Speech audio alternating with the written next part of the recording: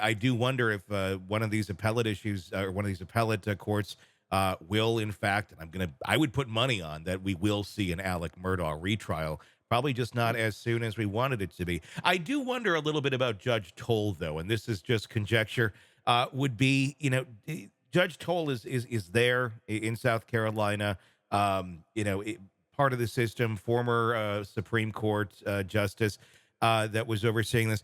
I do wonder how much Judge Toal just didn't want to be the person that gave Alex Murdaugh a new trial.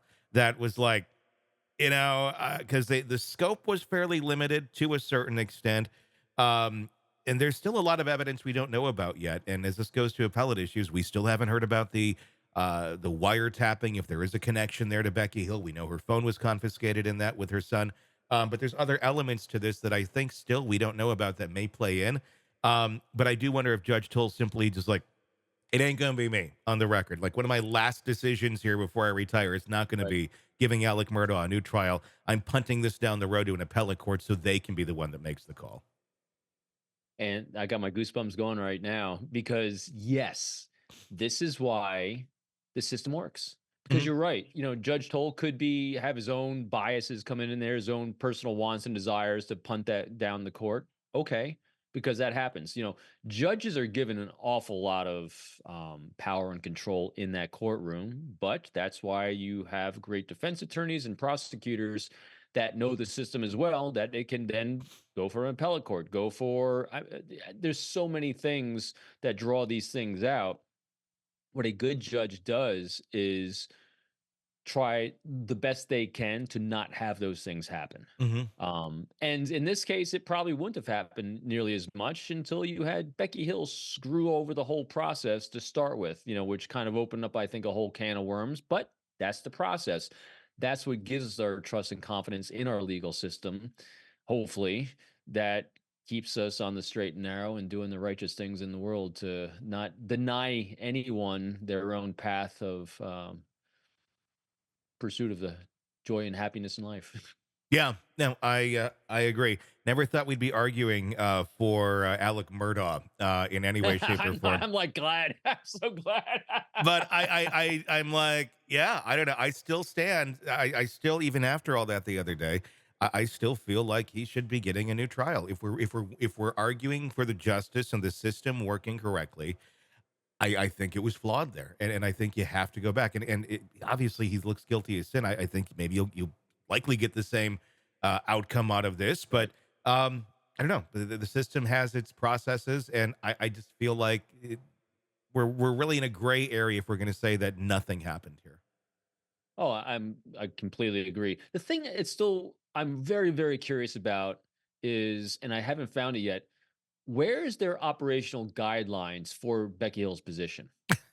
What are the rules and regulations, and what is being changed to not let that happen again, to not have that type of official have that kind of access and influence over a jury? That to me is still the travesty in this that no one seems to be really addressing here. Is, yeah, they're saying she did wrong, she's admonished by the judge. I see right here, Toal admonished her for his actions, arguing she was attracted by the sovereign call of celebrity. Okay, what that actionable word we use, what are you going to do now to not allow that to happen again? Where would the rules and regulations, what kind of like in the FBI, we right now, if that was me inside the FBI publishing something without it going through our proper protocols and review process by my supervisor, I mean, the things I had to do, and we've talked about it on last shows, to be able to publish something that even hinted at a case was immense. And if I violated that, I was immediately put under what's called an OPR, Office of Professional Responsibility Review, which is a laborious, horrendous process where they're going to get you. They're coming at you to see your wrongdoing, and the admonishments against you, they could be suspensions, could be dismissals. I mean, there's a lot of consequences for behavior just like this. I want to know that kind of stuff. I want to know, honestly, more about the juror that flat out said that one too. That she influenced. And they can remain named Juror Z. I don't care personally about any of that information. But what I do wonder is just knowing the Murdaugh clan, knowing the improprieties that they seem to, specifically Alex, I should say, the lengths that he has gone to cover up his own lies and his manipulation of reality and the truth and his path. Why all 11 other jurors said no, Becky Hill did not do this. This juror was in with all of them. Why just this one have this experience that seemingly the other 11 did not, to the point that it actually, in her words, influenced her decision. Yeah. Other than having them, probably sign off on something saying that, and swearing in under oath that, no, this was my decision. Again, we're talking about you're putting your hand on the Bible and you're swearing in. That's usually the long and the short of it. I do wonder, and I'm not accusing anything of this person. It's just kind of my conjecture and curiosity is, did somebody go to this juror and say, there's something really good ahead for you if you say that Becky Hill influenced your decision? I don't know. I mean, it would be a horrible. I mean, that in itself, I'm sure, is a crime. But I don't know. I mean, I wouldn't put anything past Alex Murdaugh. I don't know this person that they would do something like that, but it certainly wouldn't be that far off of the arc of behavior of Alex Murdaugh and his team if something like this were to have occurred.